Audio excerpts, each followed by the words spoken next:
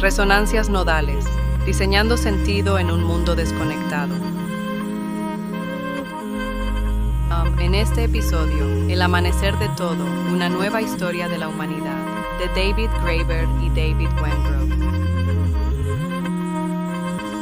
Hola, hoy vamos a sumergirnos a fondo en una pila de apuntes y fuentes que, la verdad, me tienen muy emocionada. Sí, es un material denso pero fascinante. Totalmente. Tenemos por delante un análisis muy profundo de un texto monumental. El libro se llama El amanecer de todo, una nueva historia de la humanidad, y es de los investigadores David Graeber y David Wengrow. Un trabajo tremendo, sin duda. Y el objetivo de la charla de hoy es básicamente desempacar cómo este texto desmonta, paso a paso y con evidencia científica, los mitos más tercos que existen sobre los orígenes de las sociedades complejas y la desigualdad. Exacto. Y fíjate que es importante aclarar desde el principio algo para quien nos escucha. Aquí vamos a reportar de manera imparcial lo que exponen los autores. No estamos tomando partido político ni respaldando necesariamente estas visiones, sino exponiendo las ideas tal cual las presenta la fuente original. Claro, me parece fundamental esa aclaración, porque cualquiera que tenga cierta familiaridad con los textos de historia tradicionales, pues seguramente ha sentido, cierto escepticismo ante esa idea de que el progreso humano es una línea recta e inevitable. Sí, esa famosa marcha ineludible hacia la civilización. Ajá, y esta inmersión es para quienes sospechan que la historia es mucho más desordenada y francamente más interesante. Hay una paradoja que los autores plantean desde el inicio, y es un gancho perfecto para arrancar. A ver. ¿Es realmente cierto que el ser humano tuvo que sacrificar sus libertades fundamentales para poder tener civilización? Porque siempre se nos empuja a elegir entre dos visiones súper pesimistas sobre nuestros ancestros. Las de siempre, claro. ¿O eran unos ingenuos buenos salvajes que vivían en un paraíso hasta que lo arruinaron? ¿O eran unos brutos, violentos, matándose a garrotazos? Y la trampa de esa forma de pensar es que nos encierra en un callejón sin salida conceptual. Lo que hacen Graeber y Wengrow apoyándose en investigaciones antropológicas y arqueológicas muy recientes es desafiar por completo esa narrativa. ¿Y cómo lo hacen? Porque no es solo teoría. No, para nada. No lo hacen desde la filosofía de sillón, sino desde la evidencia empírica que desentierra la arqueología moderna. Esta dicotomía que mencionabas viene de muy atrás. Por un lado, está la visión de Jean-Jacques Rousseau del siglo XVIII. El famoso Edén igualitario. Exactamente. La idea de que vivíamos en paz y todo se fue al traste cuando alguien inventó la agricultura y cercó un pedazo de tierra. Y por el otro lado, tenemos a Thomas Hobbes, en el siglo XVII, argumentando que el estado natural del ser humano era una guerra constante de todos contra todos. Que la vida era desagradable, brutal y corta. Esa misma frase. Según Hobbes, la humanidad solo se salvó de esa pesadilla gracias a que inventamos el Estado, las leyes y a la policía. Ambas posturas, aunque son opuestas, comparten un error de fondo gravísimo. Asumen que hubo una especie de infancia de la humanidad. Sí, un punto de partida único y simplista, del cual tuvimos que madurar forzosamente, ya sea cayendo en desgracia, como diría Rousseau, o ascendiendo hacia el orden según Hobbes. Y es increíble cómo pensadores actuales siguen repitiendo esa misma historia como si fuera un hecho comprobado. El texto apunta directamente a figuras contemporáneas, como Steven Pinker. Básicamente lo describen como un hobbesiano moderno. Totalmente. Pinker argumenta que el pasado era anárquico y ultraviolento. Y que hoy vivimos en la época más pacífica gracias a las instituciones. Pero claro, para sostener eso, el libro señala que Pinker elige la evidencia que le conviene. Utiliza casos como el de Otzi. El hombre de hielo de los Alpes. Ese mero, el que encontraron con una flecha en la espalda que vivió hace unos 5.000 años. Lo presenta como si fuera la prueba definitiva de que la vida natural era un asesinato constante. Pero la metodología arqueológica que analizan los autores es mucho más rigurosa a la hora de armar el rompecabezas. Absolutamente. Y aquí es donde la arqueología tira abajo esa teoría de la brutalidad constante. Seleccionar casos aislados de violencia para confirmar un sesgo es muy problemático. Para contrastar la historia de Otzi, las fuentes nos ponen frente al caso de Romito II. Ese caso me pareció alucinante. Es revelador. Este es un hallazgo en una cueva en Italia que data de hace unos 10.000 años. Se trata del esqueleto de un joven que padecía un enanismo severo, una condición que se conoce como displasia acromesomélica. O sea, para ponerlo en perspectiva para quien nos acompaña hoy, con esa condición físicamente no habría podido correr, ni participar en la caza de gran altitud, ni cargar pesos. Y esas eran actividades que, en teoría, representaban el 100% de la supervivencia de un grupo nómada de cazadores-recolectores. Claro, según la visión hobbesiana, en un mundo brutal de supervivencia del más fuerte, este individuo habría sido abandonado al nacer. Sin embargo, los estudios patológicos en sus huesos demuestran que llegó a la edad adulta temprana.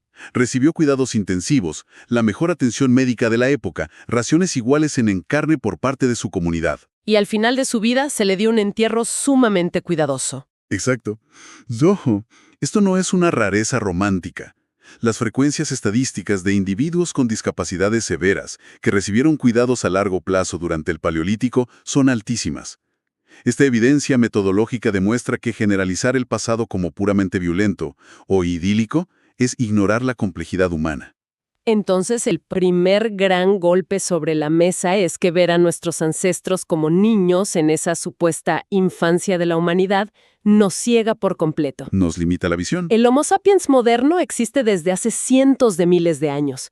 Pensar que pasamos el 95% de nuestra historia biológica viviendo en pequeñas bandas aburridas, actuando solo por instinto estomacal, pues no tiene sentido. Yo estoy convencida, leyendo esto, de que desde el día 1 hemos sido política y cognitivamente sofisticados. Y eso conecta directo con el análisis de los capítulos 2 y 3, que me parece una de las partes más fuertes del texto. La crítica indígena. Sí, siempre se asume que la Ilustración europea, con todas sus grandes ideas sobre libertad e igualdad, surgió de la nada en los cafés de París. Como por arte de magia. Pero las fuentes sugieren que en realidad fue una respuesta defensiva a las críticas demoledoras que hacían los intelectuales indígenas americanos sobre la sociedad europea. Ahí aparece Kondiaronk. Kondiaronk, qué figura. Un estadista indígena de la nación Hurón-Wyandot en Norteamérica, allá por el siglo XVII. Es fascinante porque nos ofrece un espejo donde la sociedad occidental quedó retratada. A través de los diarios de los jesuitas y exploradores franceses, vemos este líder sumamente elocuente que debatía con gobernadores europeos. Y lo que debatían era el concepto mismo de libertad, porque, para la sociedad europea de la época, la libertad estaba atada umbilicalmente a la propiedad privada y a la dominación. Algo derivado del derecho romano. Básicamente, la idea de que tu libertad se medía por a cuántas personas o cosas podías mandar. El poder del amo sobre el esclavo, sobre la esposa, sobre la tierra. Tu libertad terminaba donde empezaba tu capacidad de excluir a los demás. Era el derecho a dominar. Y Kondiaronk miraba a los franceses y le parecía un chiste. Los veía como esclavos de sus propios reyes, obsesionados con el dinero, atrapados en un sistema donde la gente se dejaba morir de hambre en las calles de París, mientras otros acumulaban riquezas. Un choque cultural tremendo. Y en contraste, las sociedades de los bosques orientales de Norteamérica concebían la libertad como la ausencia total de coerción. Su cohesión social no dependía de cárceles, ni de policías, ni de leyes punitivas. Dependía del debate constante, la persuasión y el consenso. Para ellos, nadie era superior a otro al punto de poder darle una orden y obligarlo a cumplirla. Es que es muy loco pensar en esto hoy. El texto postula que estas sociedades originarias valoraban 3 libertades prácticas, que hoy no resultarían de ciencia ficción pura. A ver, recuérdales. La primera es la libertad de desobedecer órdenes sin consecuencias físicas ni penales. O sea, si el jefe decía vamos a la guerra y a ti no te parecía, simplemente no ibas y nadie te castigaba. Impensable hoy en día. La segunda es la libertad de movimiento. Si tu comunidad no te gustaba, hacías las maletas, te ibas a otro asentamiento y sabías con total seguridad que serías acogido. Y la tercera, quizá la más audaz, la libertad de reorganizar por completo las realidades sociales. Esa tercera libertad es crucial. Y aquí es donde la antropología y la metodología arqueológica entran a validarlo analizando el fenómeno de la estacionalidad. Claro, cómo cambiaban según la época del año. Exactamente. Para demostrar que esta conciencia política existía, los autores observan cómo estos grupos alteraban sus estructuras de poder dependiendo de la estación. Los Inuit, en el Ártico, por ejemplo. Ah, sí. El texto dice que durante el verano se dispersaban en pequeñas bandas nómadas bajo una estructura patriarcal muy rígida y autoritaria, ¿no? Sí, el padre de familia tenía un control estricto. Pero al llegar el invierno, cuando se congregaban en grandes asentamientos de hielo, esa autoridad se disolvía por completo. Pasaban a una especie de anarquía igualitaria, donde se compartía todo, incluso las normas de exclusividad se subvertían en rituales colectivos. Y no eran los únicos. El análisis también menciona a los indígenas de las grandes llanuras de Norteamérica. Durante casi todo el año vivían en bandas pequeñas y libres. Pero durante la gran cacería anual del bisonte, la situación era de vida o muerte. No había margen de error. Exacto.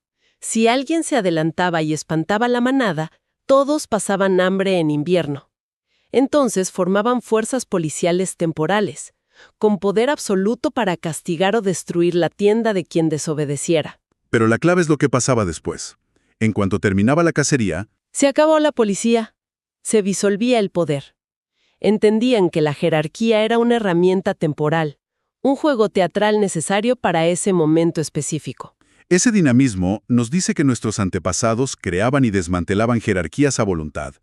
Eran muy conscientes de los peligros del poder concentrado y tenían mecanismos para evitar que se volviera permanente. Pero a ver, eso va en contra de todo lo que nos enseñan. Si tenían esa conciencia política, ¿cómo terminamos donde estamos? Y aquí entramos al choque directo con una de las teorías modernas más populares. Me refiero a Yuval Noah Harari y su libro Sapiens. Ah, el famoso argumento de la trampa agrícola. Ese. Harari plantea que el momento en que lo arruinamos todo fue la revolución agrícola. Según él, el trigo nos manipuló y nos domesticó. Nos hizo condonar nuestra vida libre para encadenarnos a la tierra limpiando piedras bajo el sol para cuidar la cosecha. Básicamente que somos rehenes del pan tostado. Literal. Se presenta como una trampa inevitable donde por buscar seguridad alimentaria perdimos la libertad para siempre. Y Graeber y Wengrow diseccionan esa tesis con una precisión metodológica bárbara. El problema con el argumento de Harari es que asume que nuestros ancestros eran de muy corto alcance intelectual. Como si fueran incapaces de reflexionar sobre sus propios actos. Exacto. Como si no pudieran prever que atarse a un pedazo de tierra iba a cambiar su estilo de vida. En el fondo, es otra vez la reescritura del mito del Edén. La humanidad comiendo la fruta prohibida, solo que ahora es una espiga de trigo. Pero la evidencia arqueológica muestra algo distinto a través de lo que denominan la ecología de la libertad. Claro, el registro ecológico muestra que el paso a la agricultura no fue de un día para otro. Fue un proceso lentísimo, lleno de pausas, pruebas y rechazos conscientes. Hay evidencia de sociedades que conocían la agricultura y dijeron, no gracias. Y el libro detalla maravillosamente el manejo ambiental de las naciones indígenas en California y Australia. Sí, no tenían campos de trigo monótonos. Regulaban bosques con quemas controladas, creaban jardines forestales, mantenían humedales, lograban una agricultura de la abundancia sin el trabajo físico esclavizante de la agricultura de granos. Conocían a sus vecinos, agricultores, veían la carga de trabajo que implicaba el cultivo de cereales y tomaban la decisión política de mantener sus libertades por encima de la acumulación. O sea, jugaron con la agricultura durante milenios. La integraron como un complemento, no como el centro de su universo. Así que la agricultura, por sí sola, no dictó el origen de la propiedad privada ni creó las clases sociales por arte de magia. Definitivamente no. Pero entonces surge la gran duda. Si la agricultura no fue lo que nos encadenó, ¿qué fue? ¿De dónde sale esa noción de que algo es de alguien exclusivamente y los demás tienen que obedecer? Y las fuentes nos llevan al capítulo 4, a un lugar totalmente inesperado. El origen de la propiedad privada y la autoridad no está en la economía. Está en lo sagrado, en el ritual. Así es. Cuando los antropólogos analizaron estas sociedades igualitarias, buscaron dónde existía el concepto de obediencia estricta y se dieron cuenta de que estaba confinado a la esfera religiosa. La propiedad privada original no eran tierras ni vacas.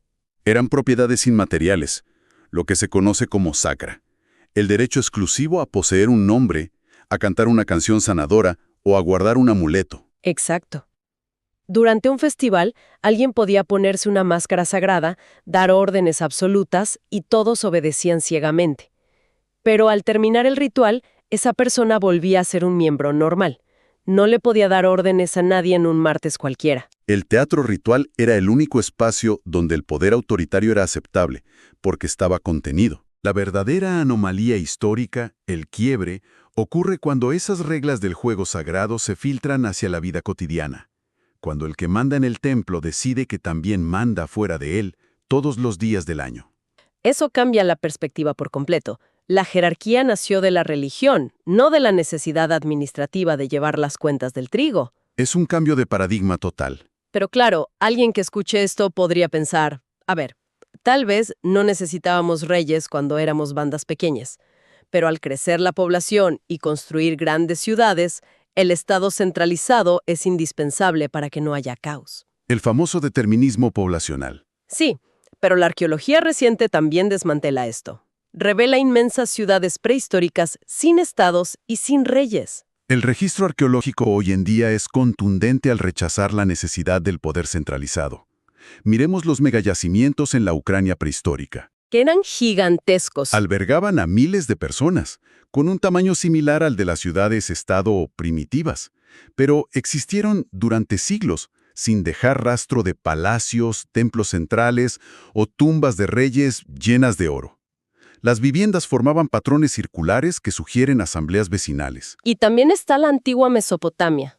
Lugares como Mashkan, Shapir, demostraron que la riqueza, las herramientas administrativas y la producción estaban distribuidas uniformemente por toda la ciudad. Funcionaban mediante asambleas locales, sin un centro de poder evidente. Y el ejemplo que más me voló la cabeza fue Teotihuacán, en Mesoamérica.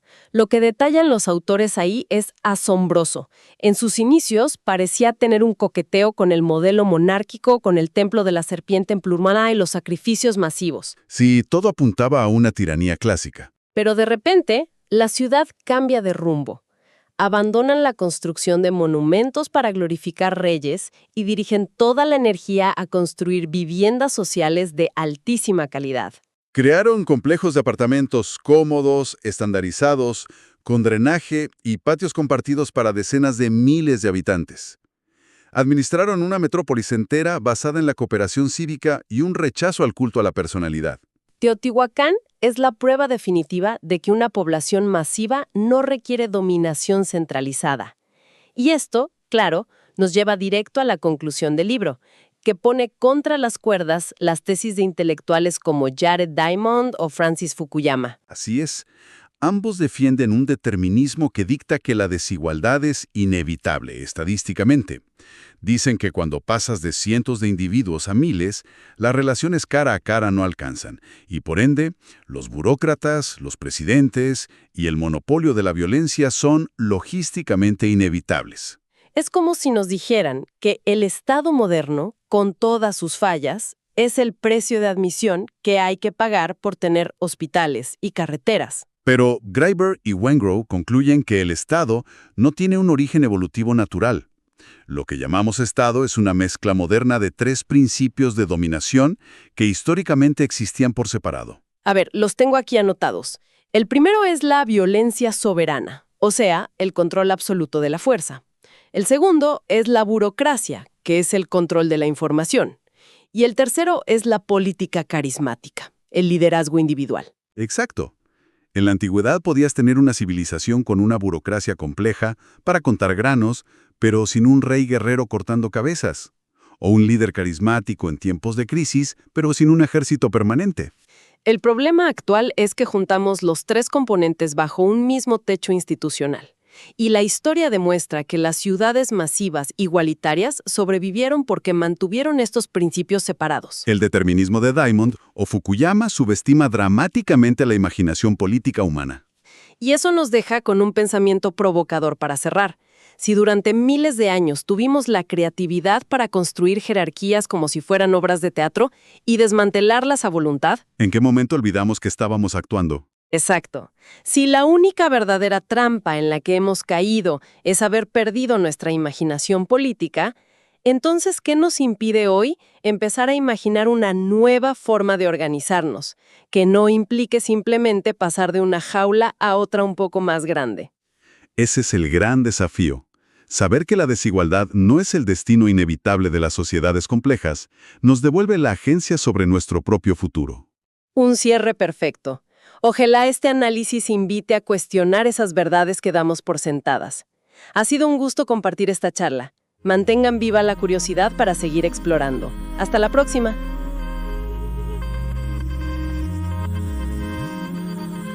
Resonancias Nodales fue una producción de Nodo Micelial.